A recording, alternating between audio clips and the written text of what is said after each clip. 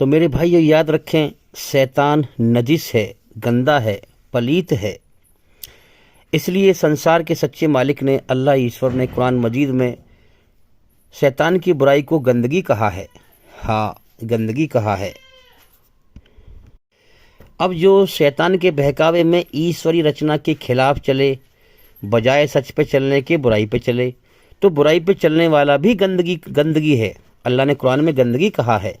और सारे बुराई पे चलने वालों को अल्लाह ताला गंदगी को एक पुलंदा बनाकर नरक की आग में झोंकेगा।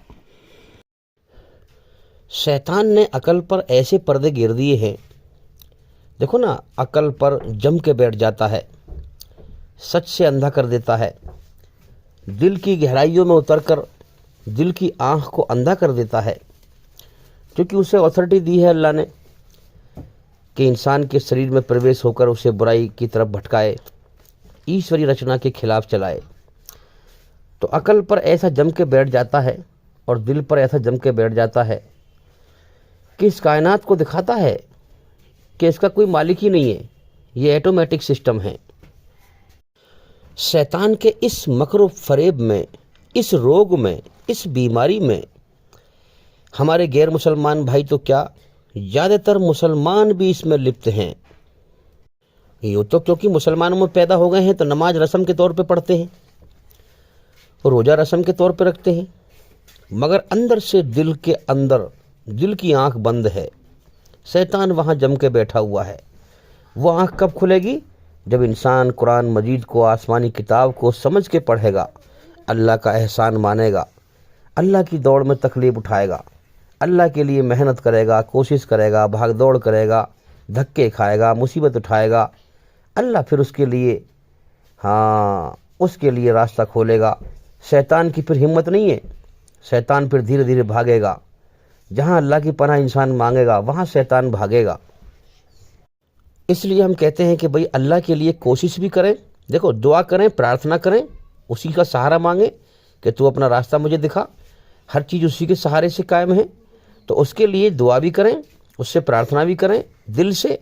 और फिर जिस काम के लिए प्रार्थना की जा रही है उसके लिए भागदौड़ भी करें, मेहनत भी करें। जब रास्ता खोलता है अल्लाह ताला, ये नहीं कि बस खाली हमने प्रार्थना कर दी, दुआ कर दी, हम दुआ करने के बाद लग रहे हैं फिर दुनिया में, कोशिश हमारी सारी दुनिया में लग रही है। तो इस तरह से अल्लाह को ये चीज़ पसंद नहीं है। जो चीज़ अल्लाह से मांग रहे हैं हम दुआ करके, प्रार्थना करके, उस काम के लिए शरीर के अंगों से मेहनत भी करें। तो शैतान जो है दिल के अंदर जम कर बैठ जाता है, दिल की आंखों के सामने आ जाता है और इंसान को जो है सच्चाई से अंधा करता है और उसके दिल में ये बात डालता है, अकल पे पर्दा घेर देता है, अरे कि कोई इस कायनात का मालिक नहीं है। अब इसको बेस बना करके वो करता क्या है, फिर ये साबित करता है कि तेरा कोई मालिक ही नहीं है। जब ये कायनात ऑटोमेटिक सिस्टम है, ऐसी अल्टप पैदा होके आ रहे हैं, कोई बनाने वाला है ही नहीं। अब तुम कहोगे कि दलील दो इस बात की। बेशक मुझे ये बात पसंद है कि लोग मुझसे जितना सवाल करें मुझे उतनी ही खुशी होती है। सवाल करेंगे तो जवाब मैं दूंगा, तो ध्यान लगाएंगे। जो इंसान सवाल करेगा वो ध्यान लगाएगा, जब भी सवाल करेगा। तो ध्यान की ही ज़रूरत है। ध्यान से इंसान भटका हुआ है, ध्यान गलत चीज़ पे लगा हुआ है, ध्यान दुनिया के धोखे और झूठ पे लगा हुआ है। ध्यान सच पे लगाना है। ध्यान से ही इस धरती पर इंसान गुमराह हैं, इनका ध्यान भटका हुआ है। और ध्यान ही अल्लाह ने मांगा है। और नमाज को भी ध्यान ही कहा गया है कि नमाज में मेरा ध्यान लाओ। तो अब तुम कहोगे क्या दलील है कि भाई शैतान हमारे दिल में जम के बैठ गया है, अकल पे जम के बैठ गया है, वो दिखाता है ऑटोमेटिक सिस्टम है। मैं दूंगा आपको दलील, बेफिक्र रहिए आप। देखिए, आपकी रचना जो रची है ईश्वर ने, इसकी दलील क्या है, यानी इसकी रचना की पहचान से आप गौर करेंगे इस बात को। मैं आपसे एक बात कहूँ, जब मैं आपसे उस बात को कहूँगा तो उसे हरगिज ना मानेंगे आप। तो आपने नहीं माना तो आपकी रचना में नहीं मानना है, ये बात को समझे बात को। अगर मैं आपसे एक बात कहूँ कि भाई मैंने एक बहुत बड़ा हवाई जहाज़ देखा है, ठीक है, बहुत बड़ा हवाई जहाज़ देखा है जिसमें सुई से लेकर बाजार की हर चीज़ है, खाने की, पीने की, जो चीज़ बाज़ारों में मिलती है उसमें सुई से लेकर हर चीज़ है। इंसान की ज़रूरत की। उसमें हर चीज़ है, बहुत बड़ा जहाज़ है। और फिर मैं आप कहेंगे अच्छा इतना बड़ा जहाज़ है कि हाँ, उसमें हर चीज़ भी है कि हाँ।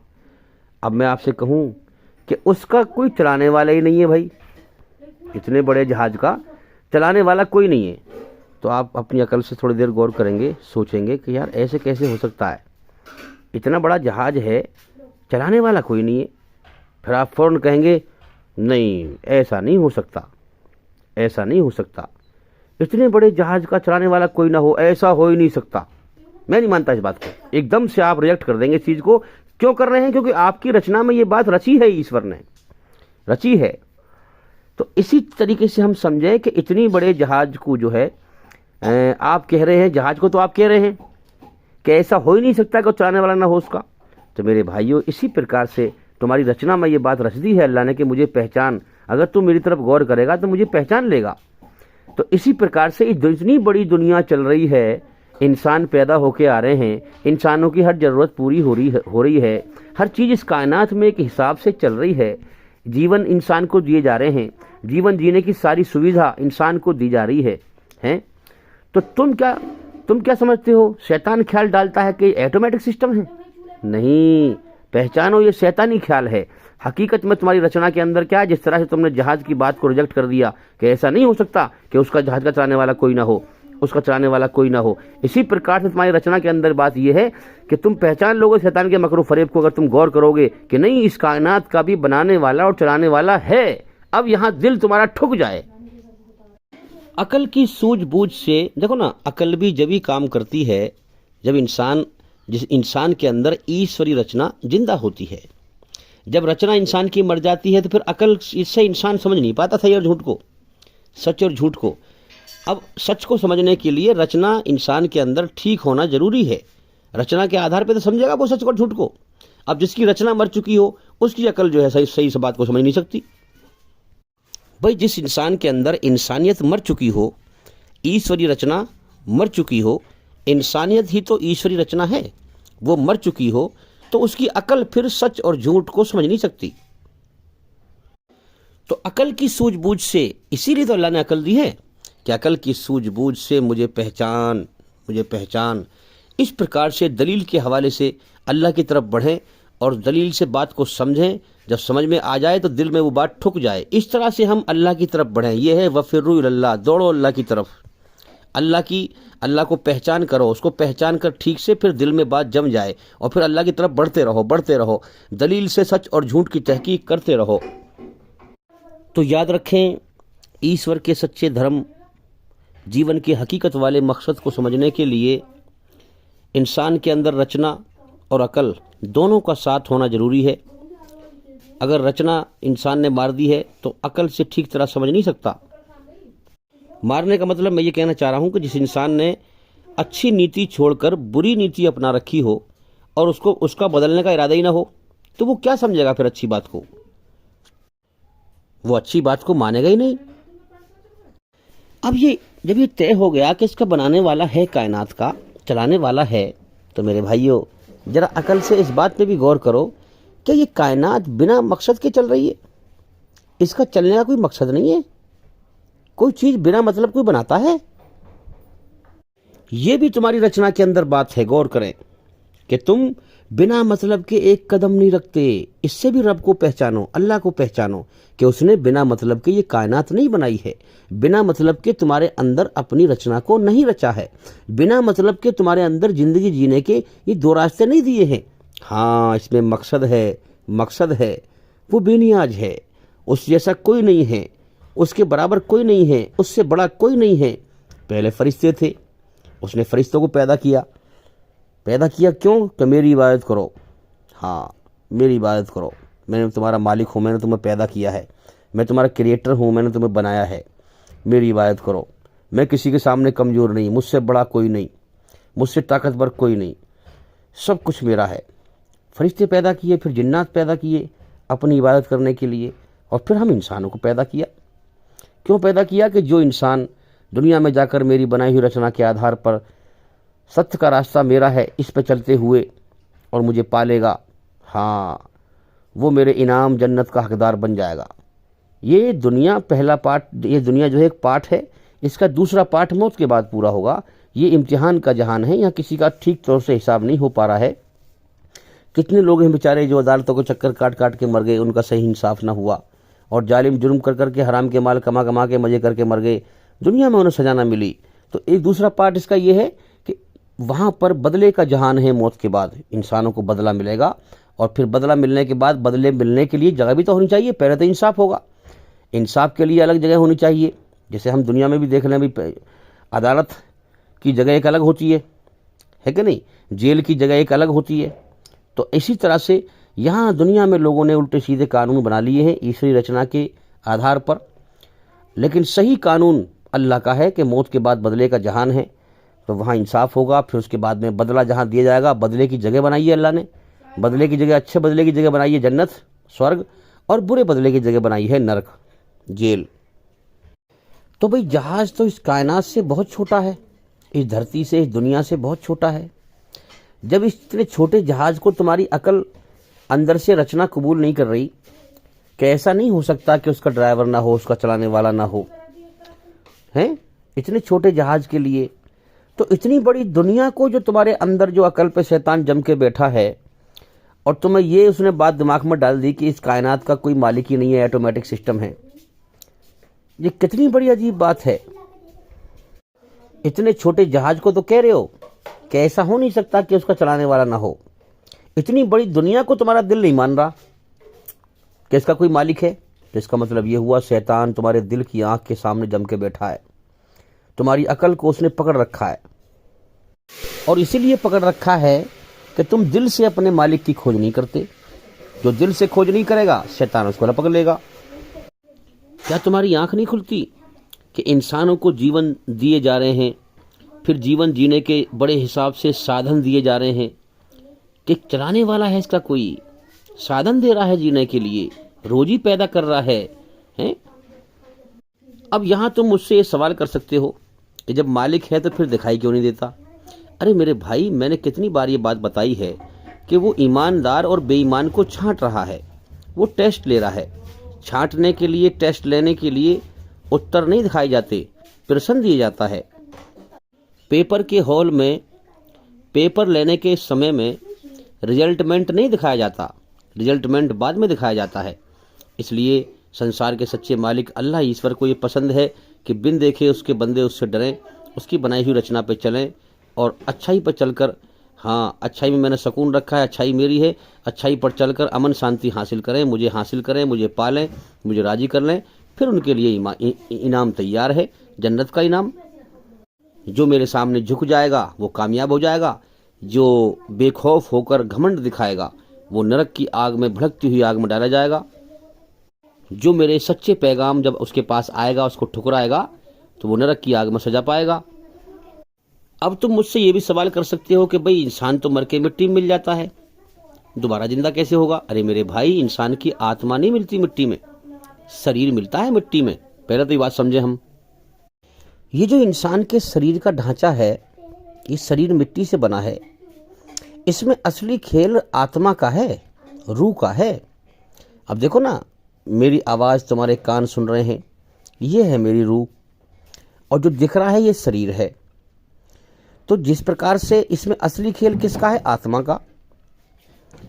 जैसे मिसाल के तौर पर सांप की कांचली होती है, मिसाल से बात जल्दी समझ में आती है।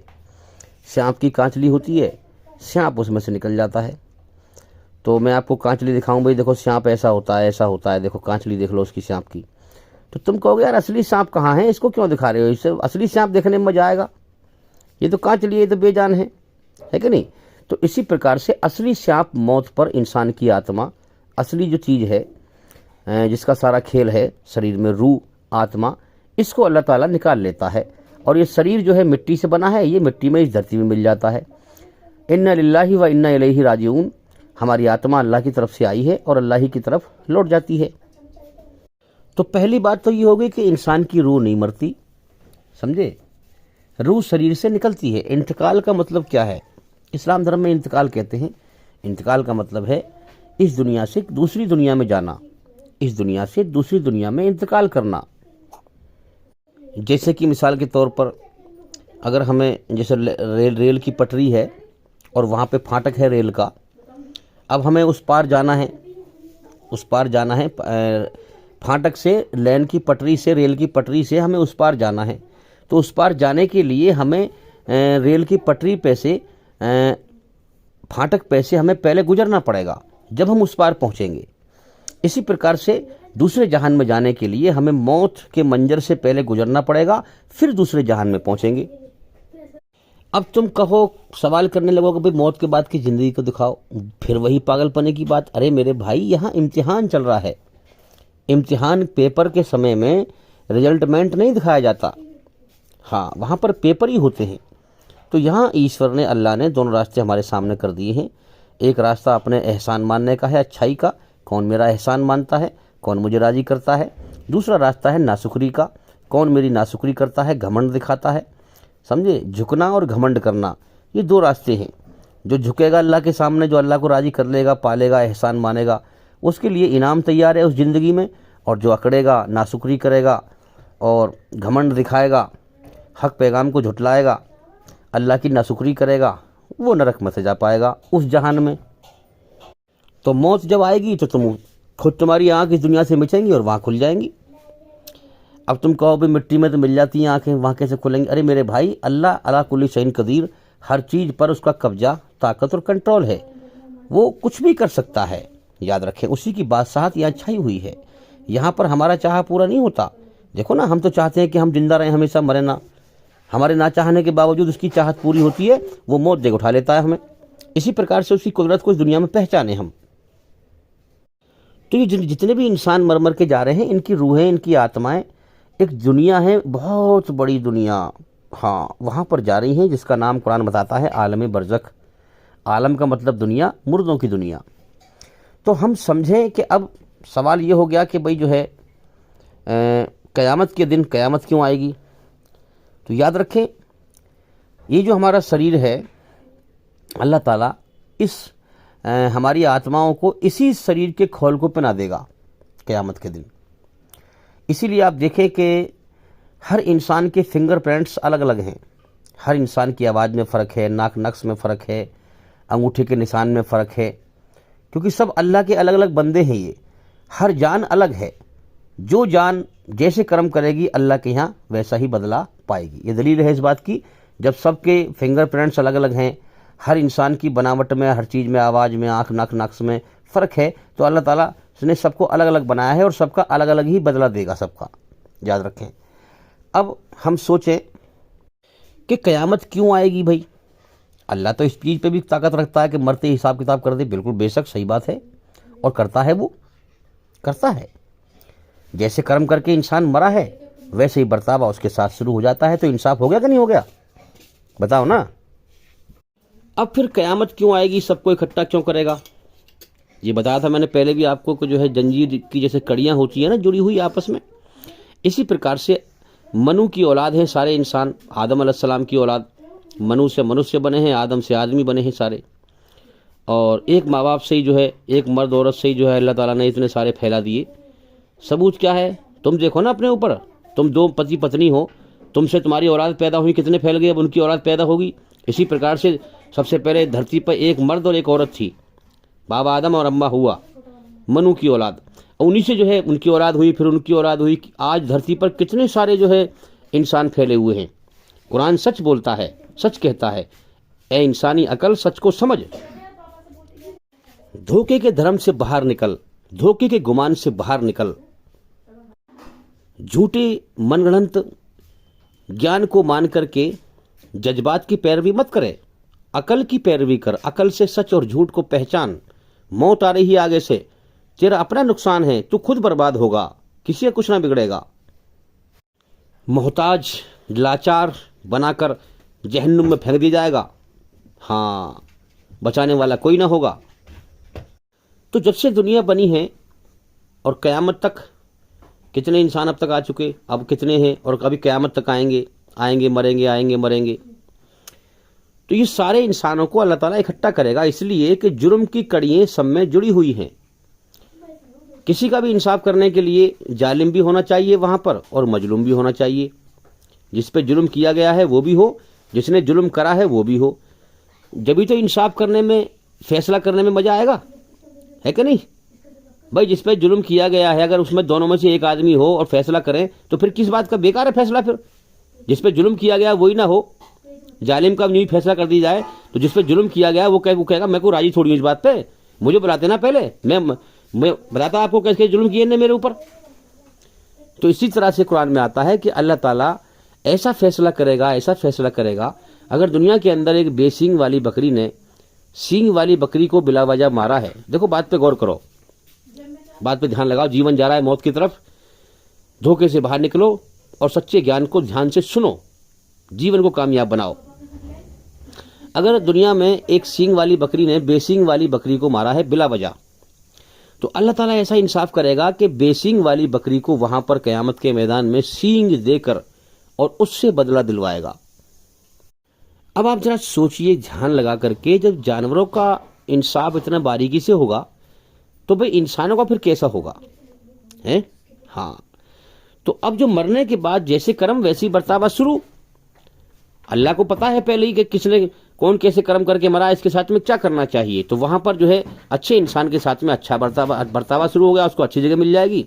और जो इंसान बुरा है उसके साथ बुरा बर्तावा हो गया, उसको बुरी जगह मिल जाएगी। जो जैसे लोग हैं वहां पर अल्लाह ताला उनको मिला देता है, अच्छे को अच्छे के पास, बुरे को बुरे के पास।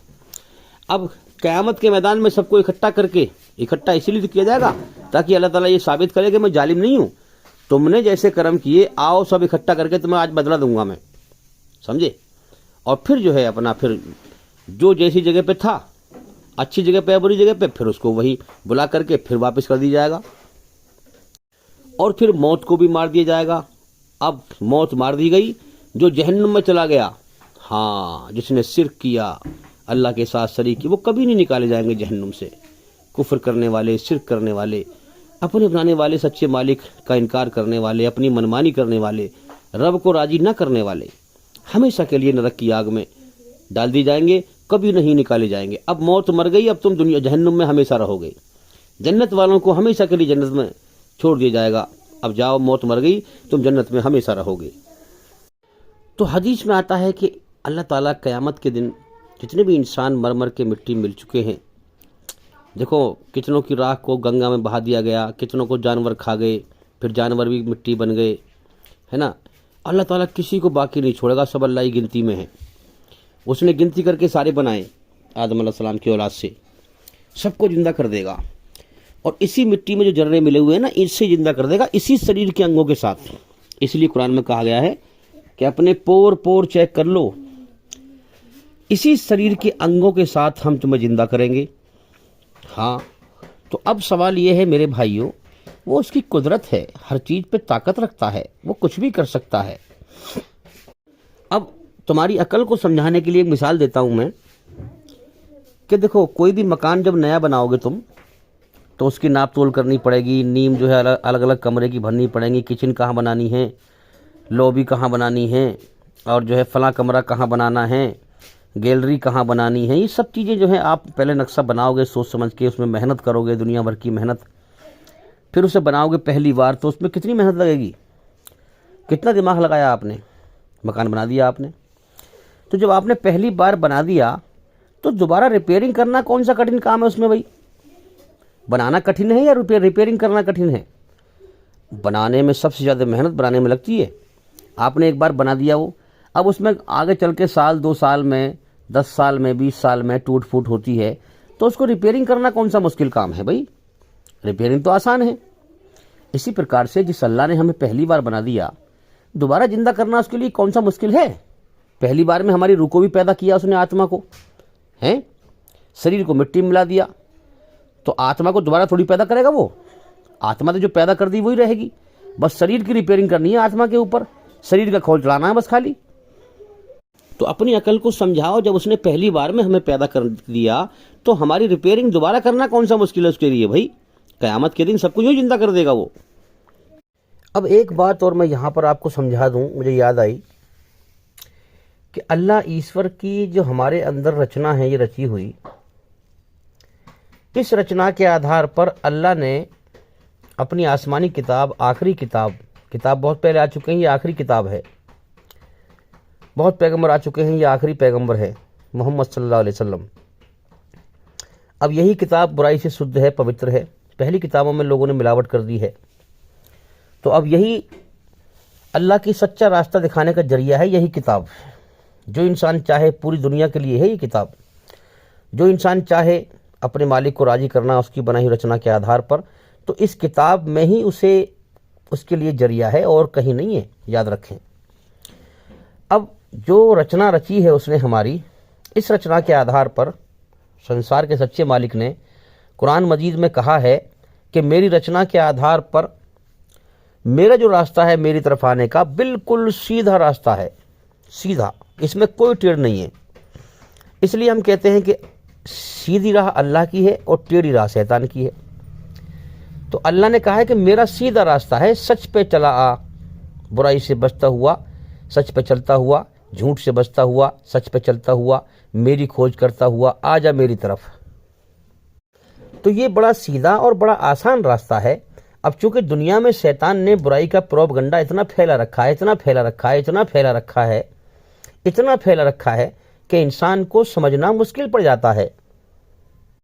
इस बुराई के माहौल में इंसान पैदा होता है, बुराई को ही सही समझने लगता है। देखो ना, आजकल तो जो है, मैंने कोई भी आदमी ऐसा नहीं देखा जो गाली ना बकता हो। और जो है, चलो एक बात तो ये है कि गुस्से में आदमी को गाली सूझती है, गुस्से में नहीं, प्यार में भी जब लोग बात करते हैं ना, वो गालियों से ही बात करते हैं, एक दूसरे को गाली बकते हैं, बड़े खुश होते हैं, मजाक करते हैं। तो देखो कैसे जो है बुराई में मगन है, वो बुराई को अच्छा ही समझ बैठते हैं। तो इसलिए इंसान को सच पे चलना, सच्चे धर्म को समझना मुश्किल पड़ जाता है। तो अल्लाह ताला ने खुद कहा है कि मेरी रचना के आधार पर मेरे हर बंदे, हर इंसान के लिए मेरा जो रास्ता है वो इहदिनस सिरातल मुस्तकीम, वो सीधा रास्ता है, सीधा रास्ता है, उसमें कोई टेढ़ नहीं है, बड़ा आसान है।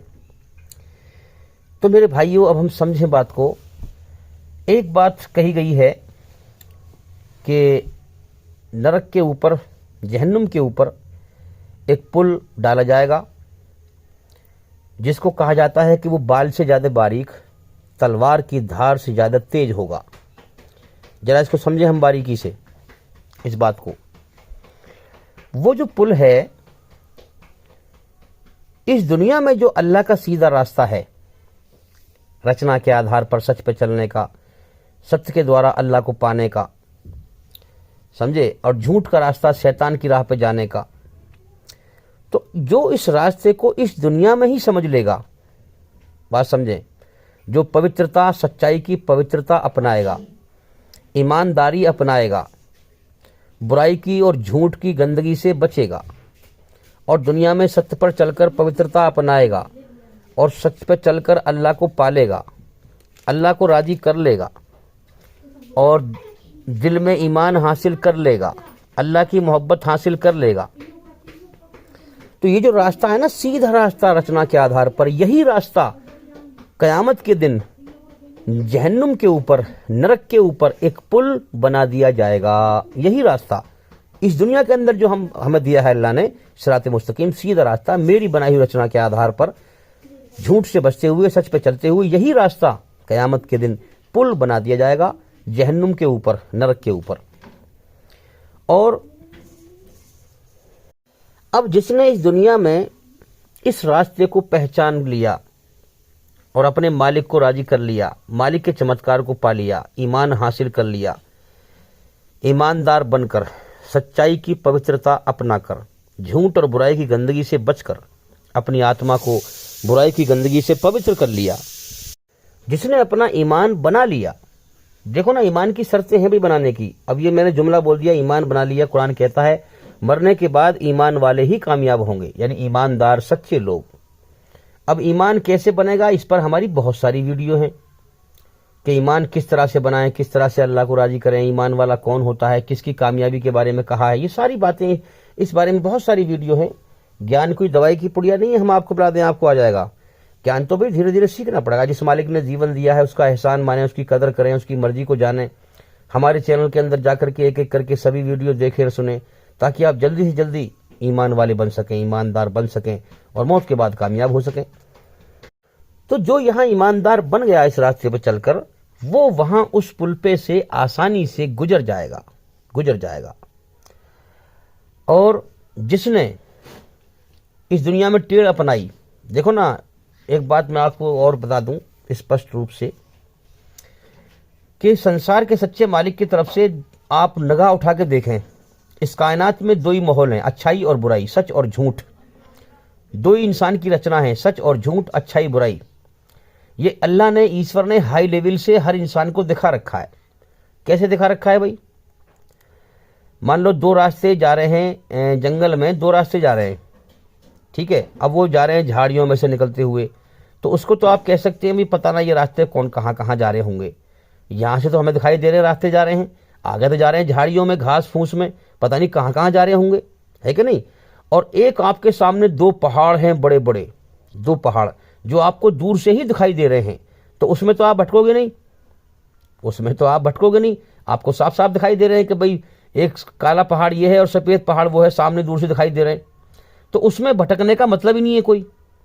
इसी प्रकार से अल्लाह ने दो पहाड़ों की तरह से दुनिया के हर इंसान को सच और झूठ दिखा रखा है, और उसके अंदर रचना में जतला रखा है कि सच बोलना अच्छा काम है और झूठ बोलना बुरा काम है, अच्छाई पे चलना अच्छा काम है, बुराई पे चलना बुरा काम। ये दो पहाड़ों की तरह से अल्लाह ने हर इंसान को प्रकाश में, रोशनी में उजागर करके दिखा रखा है। तो इसी प्रकार से दो पहाड़ों की तरह से अल्लाह ने सच और झूठ सबको दिखा रखा है। अब वो बात एक अलग है कि तुमने अपने अंदर अपनी रचना को बिगाड़ दिया, इंसानियत को बर्बाद कर लिया, तुम्हारी अकल में नहीं आती, तो तुम्हारा कसूर है इसमें। अब तुम गलत धर्म पे भाग रहे हो, शैतान के शिकार बन रहे हो, तो इसमें तुम्हारा कसूर है, इसमें अल्लाह का कसूर है। तुमने अपनी सोच को बिगाड़ा, अपनी नीयत को गंदा किया, अपनी भावनाओं को गंदा किया, अपने संस्कार को गंदा किया, अपने विचारों को बुराई की गंदगी से गंदा किया, नाइंसाफी करते हो, सही इंसाफ नहीं करते हो, तो फिर क्या होगा भाई? इसमें अल्लाह का कसूर थोड़ी है, कोई तुम्हारा कसूर है इसमें। तुम अगर भटक रहे हो दुनिया के अंदर, सच्चे धर्म को समझ ना रहे तुम। शैतान तो उन्हीं लोगों को भटकाता है जो भटकना चाहते हैं, जो अल्लाह की रचना के खिलाफ गलत इंसाफ करते हैं, रचना के खिलाफ चलते हैं, जो बुराई की गंदगी को खुद से अपनाते हैं। शैतान तो उनको गुमराह करता है। अब सच को और हकीकत को जानकर, देखकर, समझकर भी तुम अपने मनगढ़ंत आस्थाओं के लिए झूठ से मन बहला रहे हो, तो इसमें अल्लाह का क्या कसूर है? तुम शैतान को तुमने खुद अपना साथी बनाया है। फिर शैतान तो कह देगा जीवन की परीक्षा में फेल करा करके कि तू बिना दलील के मेरी बात मानता रहा, तूने सच और झूठ पे गौर ही ना किया है। मैंने कोई तेरा हाथ पकड़ लेते हुए चलाया था, तेरे मन में ख्याल डाले थे बस खाली मैंने, तू मेरे ख्यालों पर दौड़ा चलाया, तूने समझने की कोशिश न करी सच क्या है झूठ क्या है। तो याद रखें, सच और झूठ अल्लाह ताला ने दो पहाड़ों की तरह से स्पष्ट रूप से सबको रोशन करके दिखा रखा है। सब जानते हैं धरती पर सच बोलना अच्छा काम है, झूठ बोलना बुरा काम है। शराबी सारी उम्र शराब पीता रहे, मगर कभी भी शराब पीने को अच्छा नहीं कहेगा वो कि अच्छा काम है। हाँ, क्या मतलब हुआ इस बात का कि बुराई पे तो चल रहा है, मगर वो जानता है इस बात को कि ये बुरी चीज है।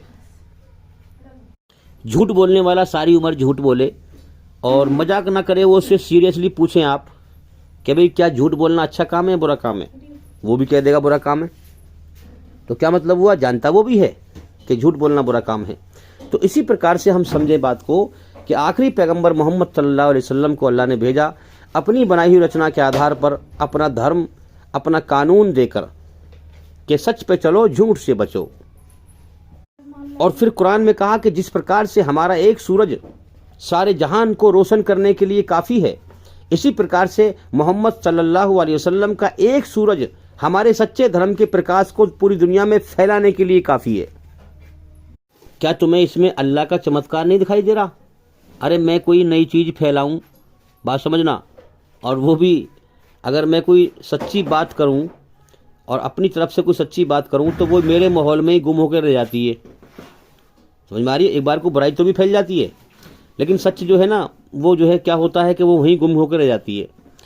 क्या तुम्हें चमत्कार नहीं दिखाई दे रहा कि कुरान मजीद अरब देश में नाजिल हुआ, दुनिया के बीचों बीच सेंटर में, और फिर वहाँ से अल्लाह ने पूरी दुनिया में जो है लगभग फैला दिया और कुरान के हर जबान में ट्रांसलेशन कर दिए। क्या तुम्हारी अकल में नहीं आती कितना बड़ा चमत्कार है कुदरत का, है कि अपने सच्चे धर्म को हर जगह पहुँचा दिया, ताकि कोई सबके सामने पहुंचा दिया और सबको जो दिखा दिया, जतला दिया कि ये सच है, ये झूठ है, ये मेरा सच्चा धर्म है, मेरी बनाई हुई रचना के आधार पर, ताकि कोई मेरा बंदा मरने के बाद मुझ पर जो है ऐतराज़ ना करे कि तूने सच्चा पैगाम मुझ तक नहीं पहुंचाया था।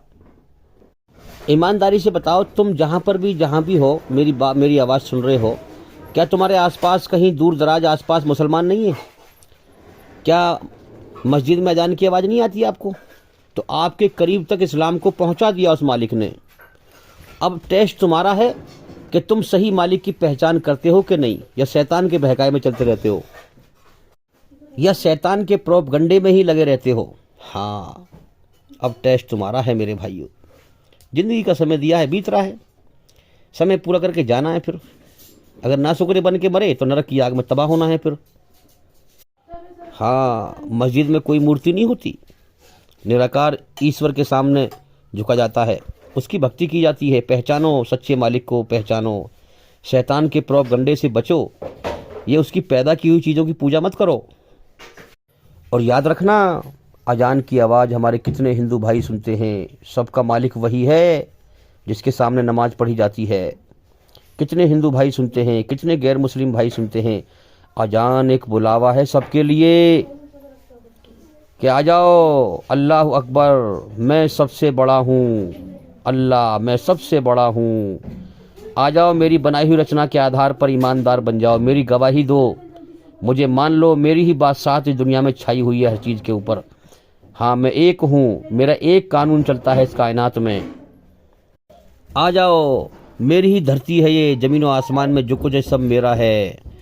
आ जाओ, ईमानदार बन जाओ मेरी बनाई हुई रचना के आधार पर, बुराई से बच जाओ, शैतान के मकरो फरेब से बच जाओ। आ जाओ, ईमानदार बन जाओ, सच्चे बन जाओ और मेरे सामने सर झुकाओ। अजान मेरे भाइयों एक बुलावा है ईश्वर के सामने सर झुकाने के लिए, एक वक्त के मुताबिक, अल्लाह के कानून के मुताबिक। मेरे भाइयों, बड़े रोने की बात है, बड़े रोने की बात है कि आज अल्लाह ही के बंदे, हाँ, जो हकीकत वाला मालिक है, उसके नाम से लोग नफ़रत करते हैं, अल्लाह नाम से नफ़रत करते हैं। जिसने हकीकत में पैदा किया है, जो हकीकत वाला मालिक है इंसानों का, उसके नाम से नफ़रत करते हैं। और शैतान के प्रोपगंडे में इस कदर फंस चुके हैं कि शैतान के झूठे धर्म से बड़े राजी रहते हैं। जो जिस मालिक ने, हकीकत में जो मालिक है जिसने पैदा किया है, उसके इस्लाम धर्म से नफ़रत करते हैं, उसके कानून से नफ़रत करते हैं। शैतान ने कितना प्रोपगंडा फैलाया है ईश्वरी रचना के खिलाफ इस धरती पर मेरे भाइयों, कि शैतान के धोखे के धर्म से लोग मोहब्बत करते हैं, उसकी पैदा की हुई चीज़ों को पूजते हैं, उनसे मोहब्बत करते हैं, मूर्तियों से मोहब्बत करते हैं। याद रखना, जितनी भी संसार के सच्चे मालिक अल्लाह ईश्वर को छोड़कर दुनिया में जिस चीज़ के भी आगे लोग सर झुका रहे हैं ना, ये शैतान की पूजा हो रही है, याद रखना। तो शैतान के नाम से, शैतान की पूजा से बड़े खुश हैं, और जिस मालिक ने, हकीकत वाला मालिक है, उसके नाम से चिढ़ते हैं। तो क्या मतलब है इसका? शैतान के प्रोपगंडे में बुरी तरह से फंस चुके हैं, अंजाम पता नहीं, अल्लाह के नाशुक्रे साबित हो रहे हैं, मौत के बाद नरक की आग में ठोके जाएंगे। शैतान भी ठोके जाएगा। बड़ा रोएंगे कि काश हम सच पे गौर करते, हम हकीकत को पहचानते, हम तो इस्लाम से नफरत करते रहे, हमने इस्लाम को पहचाना ही नहीं, हम तो मारे गए। पहचानते कहाँ से? अगर डरता तो सुनने का मौका मिलता, सुनता, समझता, शांति के साथ उसकी मर्जी को समझता, इस्लाम के कानून को समझता शांति के साथ। सुना ही नहीं, घमंडी होकर फसाद फैलाने पर लगा रहा। शैतान के जो बुरे ख्याल आते रहे, उसमें ना सोचना ना विचारना, बस उन पर चलता रहा, उनको फॉलो करता रहा। मेरे भाइयों, दुनिया से मोहब्बत ऐसे करता है जैसे इसमें हमेशा रहेगा। अरे मेरे भाई, और फसाद फैलाता है दुनिया से मोहब्बत करके धरती पर, उसका हक मार, उस पर जुल्म कर, उस पर जास्ती कर, उस पर ये कर, मैं ही खाऊं और सब भूखे रहें, मैं ही पहनूं और सब नंगे रहें, मैं ही जिंदा रहूं सबको मार दूं, धरती फसाद से भर रखी है। अरे ये भी क्या ज़िंदगी है जहाँ जुल्म जास्ती हो? ए इंसान, अकल का इस्तेमाल कर। अल्लाह ने तेरे अंदर अच्छाई में सुकून रखा है, तेरे अंदर जन्नत की इच्छाएं रखी हैं कि मुझे तकलीफ ना मिले, हैं, मुझ पे जुल्म ना हो, मेरा कोई नुकसान ना करे, मुझ पर कोई जुल्म ना करे, तब तो अमन शांति की ज़िंदगी है, हैं? मेरा कोई नुकसान ना करे, मुझ पर जुल्म ना हो, आज हम देखें यहाँ इंसान इंसान का नुकसान करने पर लगा हुआ है, इंसान इंसान पर जुल्म करने पर लगा हुआ है।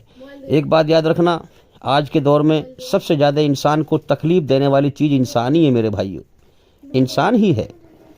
आज जुल्म करने पे लगा हुआ है। अरे अरे तेरे अंदर अल्लाह ने ये इच्छा रखी है कि मुझ पे कोई जुल्म ना करे, मेरा कोई नुकसान ना करे।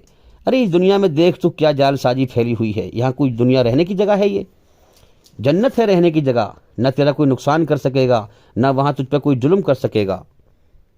दुनिया से मोहब्बत कर रहा है, दुनिया पे लपक रहा है, जुल्म जास्ती कर रहा है, दुनिया की हमेशा जीने की चाहत में। मौत के बाद फिर तुझे मंजर दिखाया जाएगा जन्नत का। पहले जब तेरी मौत आवेगी ना, जब जुल्म करके मरेगा, जन्नत का मंजर दिखाया जाएगा तुझे। तेरा दिल कहेगा ओ ये है ज़िंदगी, ये ज़िंदगी मिल जाए, ये जन्नत मिल जाए। तू लपकेगा उस पर, लपकेगा उस पर। और फिर उसका मंजर हटा करके फिर तुझे जहन्नुम का मंजर दिखाया जाएगा, नरक की आग का मंजर दिखाया जाएगा। तू उसे देख के तड़फेगा, रोएगा। फिर तुझसे कहा जाएगा कि तुझे इस जन्नत से वंचित कर दिया गया है, महरूम कर दिया गया है। इस जन्नत को कमाने के लिए तुझे दुनिया में भेजा गया था, मगर तूने अल्लाह के टेस्ट में तू फेल हुआ। तू शैतान का साथी बना, अल्लाह का नाशुक्रा बना। हाँ, तो आज क्या है, इस जन्नत से तुझे वंचित कर दिया गया है। और ये देख तेरे सामने जहन्नुम की आग, नरक, ये तेरा ठिकाना बना दिया गया है। किस कदर तड़फेगा मछली की तरह कि मैं तो नाकाम हो गया। आज कहाँ गए मेरे साथी दुनिया में जो लड़ते थे मेरे साथ, फसाद फैलाते थे? कहाँ गया मेरा माल? सब खत्म हो जाएगा, सब खत्म हो जाएगा, पूरी दुनिया खत्म हो जाएगी। अकेला अल्लाह की तरफ लौटेगा। सारी ताकत छीन ली जाएगी, सल्ब कर दी जाएगी। हाँ, मोहताज और लाचार बन जाएगा, अल्लाह के रहमो करम पर रह जाएगा। अब अल्लाह जो चाहेगा वो करेगा उसके साथ में। आप अजान के जुमलों पे गौर करें। देखो ना, जो सच है इंसान को, बुराई पे चलने वाले को सच जो है बड़ा दुश्मन दिखाई देता है। अजान से लोग नफरत करते हैं। अजान के अल्फाज पे गौर करें, अल्लाहु अकबर, अल्लाहु अकबर। क्या मतलब है इसका? ए दुनिया के इंसानों, अल्लाह सबसे बड़ा है, जो इस कायनात का हकीकत वाला मालिक है, माबूद बरहक है, सच्चा मालिक है। हाँ, अल्लाहु अकबर, वही सबसे बड़ा है, वही इस कायनात को चला रहा है। वो तुम्हारा इम्तिहान ले रहा है। तुम शैतान के प्रोपगंडे में फंस चुके हो, फंसे हुए हो। हय्या अलल सलाह, हय्या अलल फलाह। आ जाओ, उसी ने तुम्हें जीवन दिया है, वो तुम्हारा इम्तिहान ले रहा है। आ जाओ उसके सामने, अब सर झुकाने का वक्त आ चुका है, आ गया है। आ जाओ कामयाबी हासिल करने के लिए, उसको राज़ी कर लो, उसके सामने सर झुका लो, उसकी बनाई हुई रचना के आधार पर ईमानदारी पर चलो, सच पर चलो। हाँ, गवाही दो कि वो एक है, उसके कानून को मान लो। आ जाओ कामयाबी की तरफ, वो तुम्हें कामयाब कर देगा, नरक से बचा लेगा, स्वर्ग में दाखिल कर देगा। मगर हमारे हिंदू भाइयों ने, गैर मुस्लिम भाइयों ने क्या कहा कि हम ईमानदार नहीं बनते, हम नहीं बनेंगे ईमानदार, हम तो बेईमानी पे चलेंगे, इसलिए इस्लाम धर्म को कबूल नहीं करते। इस्लाम धर्म ईश्वर का कानून है, जो उसकी बनाई हुई रचना के आधार पर ईमानदारी पर चलाता है, बेईमानी से बचाता है, सच पर चलाता है, झूठ से बचाता है। तो हमारे गैर मुस्लिम भाइयों ने क्या कहा, हम नहीं बनते ईमानदार, हम तो बेईमानी पर चलेंगे, इसलिए वो इस्लाम को कबूल नहीं करते। तो याद रखे, जिसने इनकार कर दिया समझ कर जान कर के भाई मुझे ईमानदारी पर चलना ही नहीं है, मुझे नहीं मानना इस्लाम को, तो उसे कहते हैं इस्लाम में, जो इस्लाम का इनकार कर दे, अपने बनाने वाले मालिक का इनकार कर दे, उसके हुक्म को ना माने, उसे कहा गया है काफिर, इनकार करने वाला। ये अरबी जबान है, इसको समझे, हम समझे। जैसे हम अपनी भाषा में कहते हैं नॉन मुस्लिम हैं, कि मुसलमान नहीं है भाई, गैर मुस्लिम है, नॉन मुस्लिम है। नॉन हिंदू यानी कि हिंदू नहीं है, मुसलमान है। इसी प्रकार से अरबी जबान में कहा जाता है काफिर, अपने बनाने वाले सच्चे मालिक का इनकार करने वाला काफिर। तो अब इन्होंने, हमारे गैर मुस्लिम भाइयों ने तो ऐलान कर दिया कि हम नहीं बनते ईमानदार, हम नहीं मानेंगे इस्लाम को, इसीलिए इस्लाम को कबूल नहीं करते, नहीं मानते। तो याद रखें, इनके लिए तो वो पुल है नहीं, पुल सिरात का, इनको तो डायरेक्ट ही नरक में डाल दिया जाएगा। बड़ी कड़वी सच्चाई है ये, बुरी भी लगेगी, लगने दो बुरी।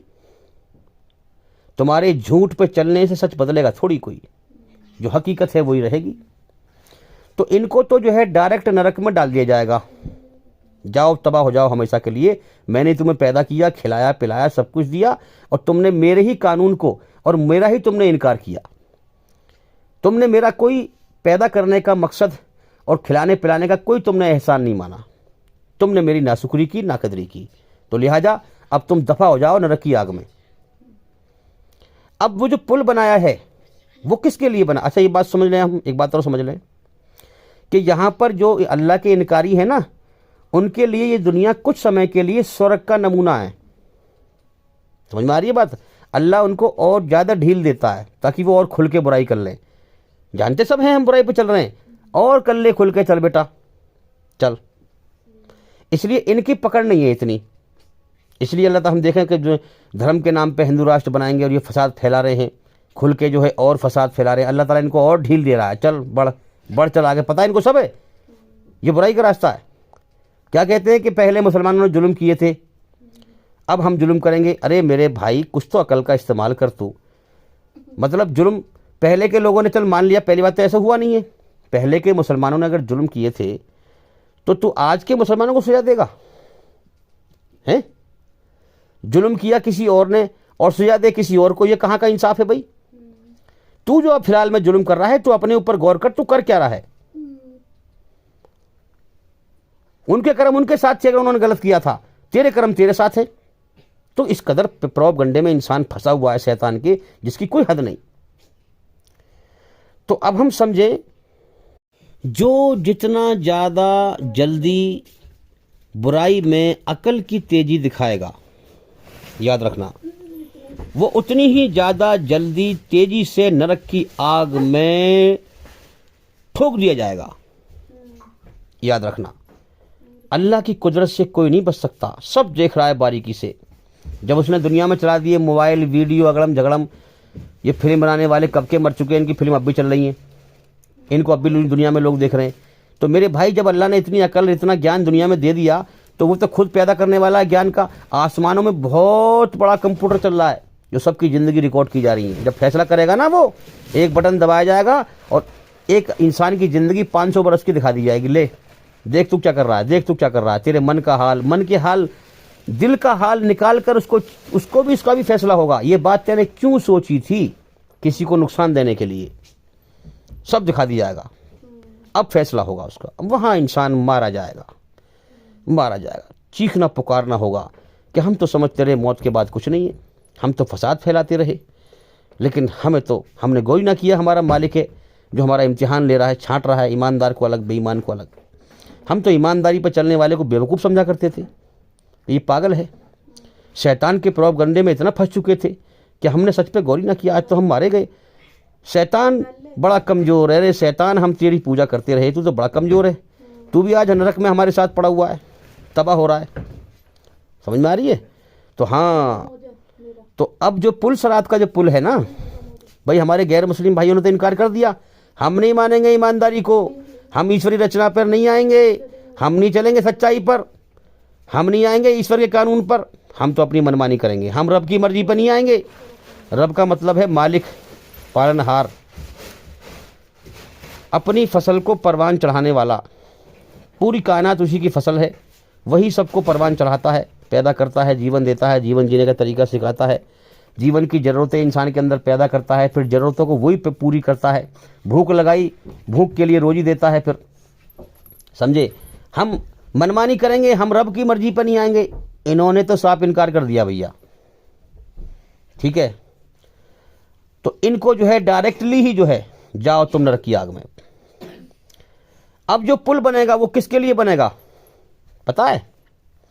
जो मुसलमान होने का दावा करते हैं, ईमानदार होने का दावा करते हैं, ईश्वरी रचना के आधार पर दावा तो करते हैं ईमानदार होने का, और अंदर से बेईमान है। जवान पे कुछ और है और दिल में कुछ और है। तो अब क्या होगा कि इन्होंने फिरके बना रखे हैं अलग अलग, और दावा सब कर रहे हैं हम ईमानदार हैं, हम ईमानदार हैं। अच्छा, अल्लाह ने भी पुल बनाया है बेटा, समझे। यहाँ उसने अपना कानून भेज दिया कुरान में। एक है वो मालिक, उसका कानून भी एक ही है। एक कानून जो कुरान में उसने फरमाया, वही मोहम्मद सल्लल्लाहु अलैहि वसल्लम ने पूरा करके दिखाया, वो भी एक ही कानून है। हाँ, उस पर चल के जिंदा ईमान हासिल होता है, समझे। और इसी को कुरान में कहा गया कि ईमान वाले, ईमानदार, सच्चे लोग ही कामयाब होंगे। और सबसे बड़े सच्चे होने की दलील यह है कि अपने मालिक को ठीक से पहचान ले और उसके अधिकार जानकर उसके अधिकार उसी को दे और फिर उसकी मर्जी पर चले, शिर्क ना करे उसके साथ। हाँ, उसी के साथ, उसी के आगे सर झुकाए, उसी के आगे हाथ फैलाए, उसके अधिकार जाने। अब शिर्क के बारे में, ईमान के बारे में हमारी बहुत सारी वीडियो हैं, ये अलग अलग विषय है। चैनल के अंदर जाकर के एक एक करके सभी वीडियो देखे और सुने। तो यहाँ दावा कर रहे हैं मुसलमान, सारे फिरके वाले कह रहे हैं हम मुसलमान, हम ईमानदार, हम ईमान वाले, और मोहम्मद सल्लल्लाहु अलैहि वसल्लम ने फरमाया कि 72 फिरके बन जाएंगे, समझे, 72-73 फिरके बन जाएंगे गिरोह, और सब कहेंगे हम मुसलमान हैं सब कहेंगे हम मुसलमान हैं, ईमानदार हैं, दावा करेंगे ईमानदार होने का। और याद रखें, उनमें से सिर्फ एक फिरका जाएगा जन्नत में जो ईमान वाला होगा, बाकी सब जहन्नुम में जाएंगे, बाकी सारे फ्रॉडिया होंगे। वो जबान पे कुछ और कहेंगे और दिल में कुछ और होगा। जबान से पढ़ते होंगे ला इलाहा इल्लल्लाह मोहम्मद रसूलुल्लाह, जबान से कहते होंगे एक ईश्वर के सिवा किसी की भक्ति नहीं करेंगे, जैसे मोहम्मद रसूलुल्लाह सल्लल्लाहु अलैहि वसल्लम ने करके दिखाई, मगर बदबख्त कब्रों के आगे झुक रहे होंगे। दिल में जो है कदर कर रहे होंगे बाबा की, जबकि बाबा उसमें है ही नहीं, वो तो शैतान है? हाँ, तो दावा कर रहे होंगे कि हम अल्लाह से मोहब्बत करते हैं, वो दुनिया से मोहब्बत करेंगे। दावा करते होंगे अल्लाह को मानने का और दूसरों के सामने हाथ फैला रहे हैं? हाँ, अंदर से दिल पलीत है उनके। ये कुरान क्यों आया है? दिल की गंदगी निकालने के लिए, दिल की गंदगी निकालने के लिए, दिल को शिर्क और कुफ्र से पाक करने के लिए, अल्लाह की तौहीद, एक ईश्वरवाद को दिल में बसाकर अल्लाह का नूर हासिल करने के लिए, अल्लाह की रोशनी हासिल करने के लिए, अल्लाह की मोहब्बत हासिल करने के लिए, इसलिए कुरान आया है। तो ये इतनी कैटेगरी जो होगी मुसलमानों की, इनके लिए वो पुल बनाया गया है कि तुमने दुनिया में सिराते मुस्तकीम, जो मेरा सीधा रास्ता था, मेरी बनाई हुई रचना के आधार पर पूरी तरह बुराई से बचने का, पूरी तरह अच्छाई पर चलने का, तुम्हारे पास मेरी किताब थी, क्या तुम उस पर चले? तुमने पहचाना उस रास्ते को? तो सब कह देंगे दुनिया में, तो हाँ हाँ, हम क्यों नहीं, हम पहचाना, हम चल रहे हैं उस पर। अल्लाह कहेगा मैं बताऊंगा तुम्हें, आ जाओ, मैं सबके दिलों का हाल जानता हूं। इंसान को तुम बेवकूफ़ बना सकते हो झूठ बोल करके, क्योंकि वो तुम्हारे दिल में झांक के नहीं देख रहा क्या है। अल्लाह कह रहा है मैं तुम्हारा मालिक हूं, बनाने वाला, मुझे सब पता है तुम्हारी, तुम कौन क्या करने वाले हो, आ जाओ, मैंने तुम इसीलिए तुम्हारे लिए पुल बनाया, मैंने नरक की आग, नरक के ऊपर, जहन्नुम के ऊपर। और वो पुल बाल से ज़्यादा बारीक है, तलवार की धार से ज़्यादा तेज है। ईमानदार लोगों को पे जुल्म करते हैं जालिम। हकीकत में जो ईमान वाला है, सच्चाई पर चलने वाला है, उस पर जुल्म करते हैं जालिम, उसका मजाक बनाते हैं जालिम। अल्लाह दिखाएगा इसी चीज़ को, आओ मैं दिखाऊंगा कि आप वमताजुल यौमा अय्युहल मुजरिमीन। कुरान में कहा आज मैं छाड़ दूंगा सच्चों को अलग, झूठों को अलग। हकीकतन में आज अगर बीवी नेक है, पत्नी अगर नेक है, पति अगर हराम खोर है, तो हट जा मेरे नेक बंदे के पास से।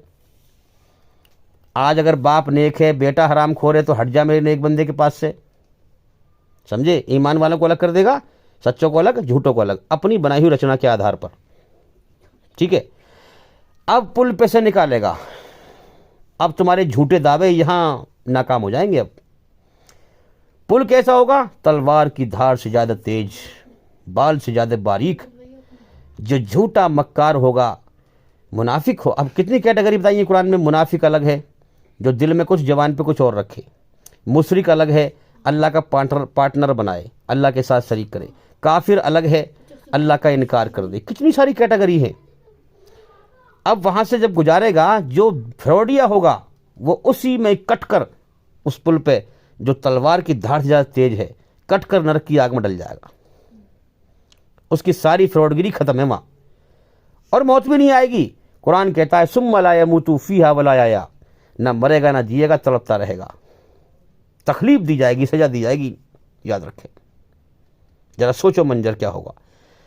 आज हम फ्रॉडबाजी को, मक्कारी को, बेईमानी में अकल की तेजी दिखाने को बड़ा होशियार समझते हैं अपने आप को। वो क्या होशियारी जो नरक की आग में तबाह कर दे। इसलिए ईमानदार बन जाओ, अब भी वक्त है। समझ जाओ, होश में आ जाओ, गौर करो। जितने भी फ्रॉडिया होंगे, दावा करते हैं ईमानदार, हम ईमानदार हैं। आज देखो ना, ये आज क्या हो क्या रहा है, आज अल्लाह की नकद सजा देखो इस कौम पे क्या हो रहा है। ये दावा करती है हम मुसलमान हैं, दावा करती है हम मुसलमान हैं, ईमान वाले हैं, ईमानदार हैं, ईश्वरी रचना के आधार पर ईमानदार हैं, हम दावा करते हैं और चलते हैं बेईमानी पर। इसीलिए दुनिया में जलील हो रहे हैं। तो ये जो हमारे गैर मुस्लिम भाई हैं, इन्होंने तो साफ इनकार कर दिया कि हम ईमानदार नहीं बनते, हम ईश्वरी रचना के आधार पर सच्चे नहीं बनते, हम तो बेईमानी पर चलेंगे, मनमानी करेंगे अपनी, हम तेरी मर्जी पर नहीं आएंगे। तो अब अल्लाह ताला भी फरमाएगा कि मैंने तुम्हें जीवन दिया, सारी उम्र खिलाया पिलाया, तुम्हारे अंदर रचना को रचा, अच्छा अपनी अच्छाई में सुकून रखा था, शैतान की बुराई से बेचैनी घबराहट रखी थी, तुमने जो है मेरी नाशुक्री करी, मेरी नेमतें खाई पी, तुम्हें जीवन का समय दिया, तुमने मज़े किए और मेरा इनकार किया, समझे, तुमने मेरी ही नाशुक्री की। अब लिहाजा अब तुम मेरे नाशुक्र साबित हुए, अब दफ़ा हो जाओ जहन्नुम की आग में हमेशा के लिए, कभी नहीं निकाले जाओगे। अब तो तुम शैतान के साथी बने, अब जाओ शैतान के साथ हमेशा के लिए, क्योंकि मैंने कहा था शैतान से कि मैं तुझसे और तेरे मानने वालों से नरक को भर दूंगा, जहन्नुम को भर दूंगा। तो गैर मुस्लिम तो साफ कहकर अलग हट गया भाई, जो दुश्मन दिखाई दे रहा है उससे तो बचना बड़ा आसान है, दिख रहा है वो तो। और ये जो फ्रॉडिया हैं अंदर के, जो मुसलमान कहला रहे हैं, जबान पे कुछ है और दिल में कुछ है। तुमने देखा नहीं, लॉकडाउन में नमाज पढ़ रहे हैं तो वो मकबरी कर रहे हैं नमाज पढ़ने की, अल्लाह के सामने झुकने की मकबरी कर रहे हैं। तो ये मुसलमान तो कहला रहे, नाम तो इनके हैं, जाकिर है, अब्दुल्ला है, शहबाज है, फलाना है, ढिमाका है, ये असल में अंदर के गद्दार हैं, ये मुसलमान नहीं है, इसमें मुनाफिक हैं, मुशरिक हैं। तो इनको अल्लाह ताला सजा देगा, वहाँ से गुजारेगा और इनकी सारी फ्रॉडगिरी वहाँ ख़त्म कर देगा। और जो सच्चे ईमानदार होंगे, जिन्होंने हकीकत में अल्लाह को राज़ी किया होगा, अल्लाह की सच्चाई पर चले होंगे, सच्चाई को दुनिया में फैलाया होगा, अल्लाह की मोहब्बत हासिल कर ली होगी, दुनिया की हर चीज़ को नापसंद करके अल्लाह को पसंद कर लिया होगा, अल्लाह वाले बन गए होंगे, वो उस पुल पे से अल्लाह ताला उनको तेज़ी से बिजली की तरह गुजार देगा और जन्नत में दाखिल कर देगा। तो आप देख ही रहे हो कि किस कदर इन फ्रॉडियों को जो है अल्लाह ताला दुनिया में जलील कर रहा है, जो मुसलमान होने का दावा तो कर रहे हैं मगर अंदर के बेईमान हैं, अंदर शिर्क कर रहे हैं, इनके दिल जो है नापाक आस्था में, अल्लाह की तरफ से गंदे यकीन में लिप्त हैं। हाँ, शिर्क से पाक नहीं होते, एक ईश्वरवाद को दिल में नहीं बसाते, तौहीद को दिल में नहीं बसाते, अल्लाह की पहचान ठीक से नहीं करते, जबकि अल्लाह के सिवा एक दाना कोई खिला नहीं सकता इन्हें, अल्लाह के सिवा एक जर्रा भी इस कायनात का किसी ने नहीं पैदा किया, और पुकारते हैं औरों को।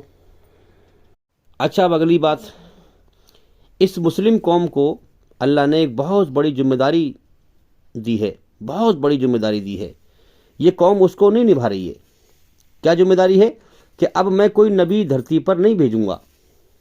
नबी का काम होता है ना आना, अल्लाह के बंदों को जगाना, कौम को जगाना, पब्लिक को जगाना, ईश्वरी रचना के आधार पर उसके पैगाम सुनाना, सच और झूठ साफ साफ दिखा देना, है ना। फिर अल्लाह ताला इम्तिहान लेता है, कौन डर के मानता है और कौन नहीं मानता, कौन घमंड दिखाता है। फिर सबको जीवन का समय देता है, मौत देकर उठा लेता है, फिर वहाँ पर बदला देगा। फिर अब नबी तो कोई आएगा नहीं, मोहम्मद सल्लल्लाहु अलैहि वसल्लम आखिरी नबी हैं, खातिमुन नबीन हैं, इनके बाद अब दुनिया में कोई नबी नहीं आएगा। और इन पे जो किताब उतरी है कुरान मजीद, ये आखिरी किताब है, ये क़यामत तक के लिए बना दी है। जैसे रचना में बदलाव नहीं हो सकता, हर बच्चा इसी रचना को लेके आता है, इसी तरह से इस रचना के आधार पर ये कुरान है, इस कुरान में भी कोई बदलाव नहीं हो सकता है। यही कुरान क़यामत तक चलता रहेगा। जो अल्लाह डरने वाले हैं वो इसी के द्वारा ईमान हासिल कर लेंगे, और जो ना डरने वाले हैं वो बेईमान होकर मरते रहेंगे। तो इस कौम पर एक जिम्मेदारी दी है अल्लाह ने कि तुम खुद मेरी बनाई हुई रचना पर सच पर चलो, झूठ से बचो, इस कुरान के माध्यम से अपने बुरे कर्मों को बदलो और फिर इस सच को दुनिया में फैलाओ। ये तुम्हें मैंने जिम्मेदारी दी है। समझ में आ रही है बात? एक शरीफ आदमी की पहचान क्या है? जो चीज़ अपने लिए पसंद करेगा वही चीज़ अपने भाई के लिए पसंद करेगा, है कि नहीं। अब मैं समझ गया हूँ इस्लाम को, इस्लाम सच्चा धर्म है, तो मैं औरों के लिए भी इसको पसंद करूँ कि औरों को भी नरक की आग से बचाऊँ, अल्लाह के करीब लेके आऊँ। ये एक नेमत है, इसे बांटूँ, मैं इसे बांटूँ। इसलिए मैं आप तक ये पैगाम पहुँचा रहा हूँ, है कि नहीं। मगर इस कौम ने क्या किया? दुनिया परस्ती में लिप्त हो गई और अपने मनमानी के तरीके बना लिए और सही इस्लाम से हट गए, फिरकों में बट गए और शिर्क में मुलव्विस हो गई ये कौम, समझे। तो ना खुद सच पे चलते हैं और ना सच को दुनिया में फैलाते हैं, इसलिए दुनिया में जलील हो रहे हैं भाई। तुम क्या समझते हो कि अंधेर नगरी है, अंधा भैंसा भाग के आ रहा मार देगा भाई? मेरे भाइयों, ये कायनात बड़े सूझबूझ के साथ ईश्वरी रचना के हिसाब से, अल्लाह ताला अपनी रचना के हिसाब से चला रहा है, इम्तिहान ले रहा है, बड़ा बारीक भी है, उसकी कुदरत को पहचानो। इस कायनात में एक ही समझ है, एक ही समझ है जो काम कर रही है। इस कायनात को चलाने में एक सोच है, एक सोच है, एक समझ है, अनेक समझ नहीं है। हाँ, वो बड़ी सूझबूझ की समझ है जो बड़े सूझबूझ के साथ इस कायनात को चला रही है। अब देखो ना, तुम किसी एक घर में बढ़ो या किसी एक कारखाने में बढ़ो, एक घर की मिसाल दे रहा हूँ, तो तुम देखोगे यार कि जो है, तुम उस घर वाले को देखोगे वहाँ एक जना घूम रहा है, तो तुम कहोगे बड़े हिसाब से हर चीज़ लग रही है भाई, बड़े हिसाब से हर चीज़ लगा रखी है। तो तुम्हारा दिल कहेगा यार इस घर में एक ही आदमी की समझ है, अलग अलग समझ नहीं है इसके अंदर। अलग अलग समझ होती तो कोई चीज़ कहीं उल्टी सीधी होती, कहीं कोई चीज़ कहीं होती। या तो ये बड़े हिसाब से जो है घर में हर चीज़ लग रही है, तो एक आदमी की समझ से इस घर में लग रही है। इसी प्रकार से एक समझ है इस कायनात को चलाने वाली, एक सूझबूझ है, एक सोच है, एक हुक्म है, एक हुक्म है। एक हुक्म से ये सूरज निकलता है, दिन निकलता है, एक हुक्म से रात होती है, एक हुक्म से हजारों लाखों बच्चे माओं के पेट में पैदा होते हैं। किसी की आंख बन रहे हैं, किसी की नाक बन रही है, किसी के कान बन रहे हैं। वाह भाई वाह, क्या उसकी कुदरत है ना। एक हुक्म से फिर जवान होते हैं, एक हुक्म से फिर जो है बूढ़े होते हैं, एक हुक्म से फिर मर जाते हैं। क्या उसकी समझ है। मैं तो उसकी कारीगरी पे बिल्कुल, क्या ठिकाना है उसकी कारीगरी का। इस कायनात में जब गौर करता हूँ तो मैं फूले नहीं समाता हैं। मैं कितना जो है कितना खुश होता हूँ अल्लाह की कारीगरी को देख करके, उसकी पहचान करता हूँ और उसकी पहचान से मैं सोचता हूँ अल्लाह कितनी बड़ी हस्ती है, कितनी बड़ी हस्ती है। सबसे बेहतरीन जीव इंसान को बनाया, इंसान को बनाया। देखो ना, माँ के पेट से बकरी का बच्चा जब निकलता है तो शरीर पे कितने सारे बाल होते हैं, है कि नहीं? कितने सारे बाल होते हैं। और जब इंसान का बच्चा माँ के पेट से निकलता है तो एक भी बाल नहीं होता, सिर पे बाल होते हैं बस खाली, पूरा शरीर पे बाल नहीं होते। सांप का बच्चा अंडे में से निकलता है, लो उसके पैर ही नहीं है। क्या कुदरत है उसकी, है? उसके पैर ही नहीं है, सपाट है वो, उसे बिना पैरों को चला दिया अल्लाह ने। क्या कुदरत है अल्लाह ताला की, जरा समझे। तो लोग मुझसे अगर सवाल करें कि तेरा रब कौन है, रब का मतलब मैंने बताया आपको, मालिक और हाँ पालने वाला, यानी अपनी खलकत को पालने वाला, पैदा करने वाला, पालने वाला। तो अगर कोई मुझसे पूछे भी तेरा रब कौन है, तेरा मालिक कौन है, तेरा पालनहार कौन है, तो मैं कहूँगा मेरा मालिक वो है जिसने सांप को बिना पैरों के पैदा किया, उसे चलना सिखाया, सांप को फुंकार मारना सिखाया, शेर को पैदा किया, उसको भागना और दहाड़ मारना सिखाया, परिंदों को आसमान में उड़ना सिखाया, इंसान को दो पैरों पे चलना सिखाया। जमीन और आसमान में जो भी कुछ है सब उसी का है। उसने हर चीज़ को पैदा किया, जिसने हर चीज़ को पैदा किया फिर जीवन जीने का तरीका सिखाया।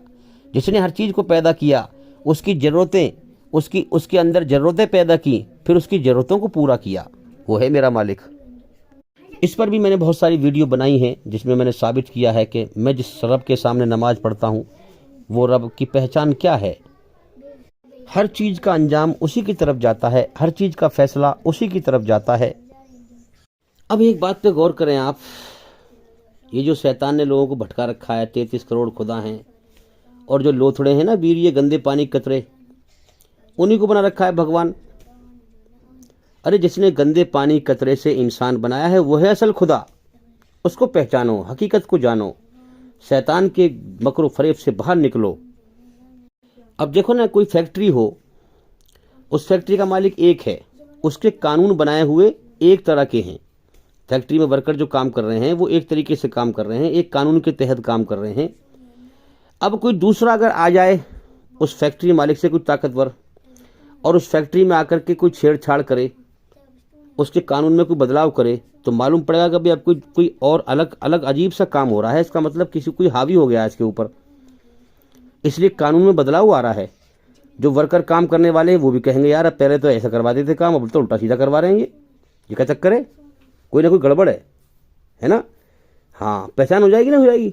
इसी प्रकार से इस कायनात का एक मालिक है, एक मालिक के इशारे पर यह कायनात चल रही है सूम साम शांति के साथ। सब बच्चों के अंदर एक ही रचना रच के आ रही है। रोज दिन निकल रहा है इम्तिहान लेने के लिए, रात हो रही है आराम करने के लिए, है ना, दिन निकल रहा है कर्म करने के लिए, हवाओं का चलना, हर चीज़ का जो है, बारिश सबके लिए होती है बराबर, चाहे हिंदू हो या मुसलमान हो, सबके लिए बारिश हो रही, सबके लिए एक ही हवा चल रही है।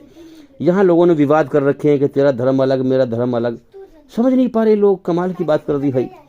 और लड़ रहे हैं आपस में, मर रहे हैं आपस में। शैतान ने प्रोपगंडा इतना फैला रखा है कि इंसानियत को मरवा रहा है। उसने जो वादा किया था, मैं आदम की नस्ल को बर्बाद कर दूंगा, तबाह कर दूंगा, भटका के मारूंगा, इन्हें आपस में मरवाऊंगा, आपस में कटवाऊंगा, सब वो फायदा उठा रहा है भाई। इंसान नहीं समझ पा रहा, इंसान अंधा हो जाता है, जबकि अल्लाह ने पूरी समझ दी है, अच्छाई में सुकून रखा है, शैतान की बुराई से नफरत बेचैनी रखी है, सच और झूठ दिखा दिया है। फिर भी शैतान जानता है कि बुराई शैतान का काम है, बुराई को अल्लाह ताला महसूस भी करा देता है, फिर भी इंसान चलता है बुराई के रास्ते पर, मारा जाएगा, मरेगा, तबाह होगा, क्या कर सकते हैं भाई। बेशुमार खुदा बना रखे हैं लोगों ने, एक मालिक की फैक्ट्री है ये दुनिया, याद रखें, उसी का कानून यहाँ चल रहा है, चल रहा है। एक शैतान है बदबख्त जो इंसानों की रचना में बदलाव करता है, बाकी वो सूरज में, चांद में, दिन निकलने में, इन चीज़ों में बदलाव नहीं कर सकता। इसी से पहचान लो कि तुम्हारा एक मालिक है, और शैतान भी उसी का पैदा किया हुआ है। वो सिर्फ तुम्हारी रचना में बदलाव कर सकता है, तुम्हें उल्टा सीधा चला सकता है, याद रखें, लेकिन वो दिन निकालने के सिस्टम में गड़बड़ी नहीं कर सकता, सूरज निकलने के सिस्टम में गड़बड़ी नहीं कर सकता, हवा चलने के सिस्टम में गड़बड़ी नहीं कर सकता, क्योंकि वो इतनी ताकत नहीं रखता। वो भी अल्लाह का पैदा किया हुआ है, उसको अल्लाह की तरफ ही जितनी अथॉरिटी दी गई है ना, सिर्फ इतना ही वो बिगाड़ पैदा कर सकता है, इंसान वो गलत रास्ते पे चला सकता है, मगर कायनात के सिस्टम में कोई छेड़छाड़ नहीं कर सकता। एक हस्ती की हुकूमत यहाँ छाई हुई है। अगर कोई दूसरा खुदा भी होता तो दोनों में आपस में झगड़ा होता, एक दूसरे के सिंहासन पर, कुर्सी पर बैठने की कोशिश करते, एक दिन को निकालता दूसरा रोक देता, एक हवाओं को चलाता दूसरा रोक देता। इस तरह से इस कायनात के सिस्टम में गड़बड़ी पैदा होती। हम पहचान कर लेते कि हाँ भाई, अब तो मालूम पड़ रहा है कि जो खुदा पहले चला रहा था इसको, अब कोई दूसरा खुदा आ गया, उसके ऊपर हावी हो गया है आकर के। अब उसने जो है वो इससे बड़ा ताकतवर है, वो उसने दिन में छेड़छाड़ कर दी, वो दिन को नहीं निकलने दे रहा, वो रात को नहीं होने दे रहा, वो हवा को नहीं चलने दे रहा, हम सांस नहीं ले पा रहे हैं। तो फिर मालूम पड़ती कि दूसरा खुदा है। मेरे भाई, अकल का इस्तेमाल करो, एक ही खुदा है, एक ही मालिक है। शैतान भी उसकी पैदा की हुई मखलूक है। अब तो समझो कम से कम अकल खोलकर। तो जब शैतान की इतनी ताकत नहीं कि अल्लाह का मुकाबला करी कैसे लेगा भाई, वो अल्लाह की पैदा की हुई मखलूक है, वो भी अल्लाह का पैदा किया हुआ है। लेकिन मैं समझाने के लिए कह रहा हूं, जब शैतान की इतनी औकात नहीं, ताकत नहीं कि वो अल्लाह का मुकाबला कर सके, अल्लाह की कायनात में छेड़छाड़ कर सके, तो तुम उसकी पूजा क्यों कर रहे हो? क्यों उसकी पूजा में लगे हो? क्यों उसको तुमने अपना रहबर बना रखा है? क्यों उसके बताए हुए रास्ते पर चल रहे हो? क्यों बुराई पर चल रहे हो? क्यों ईश्वरीय रचना के खिलाफ चल रहे हो? हैं?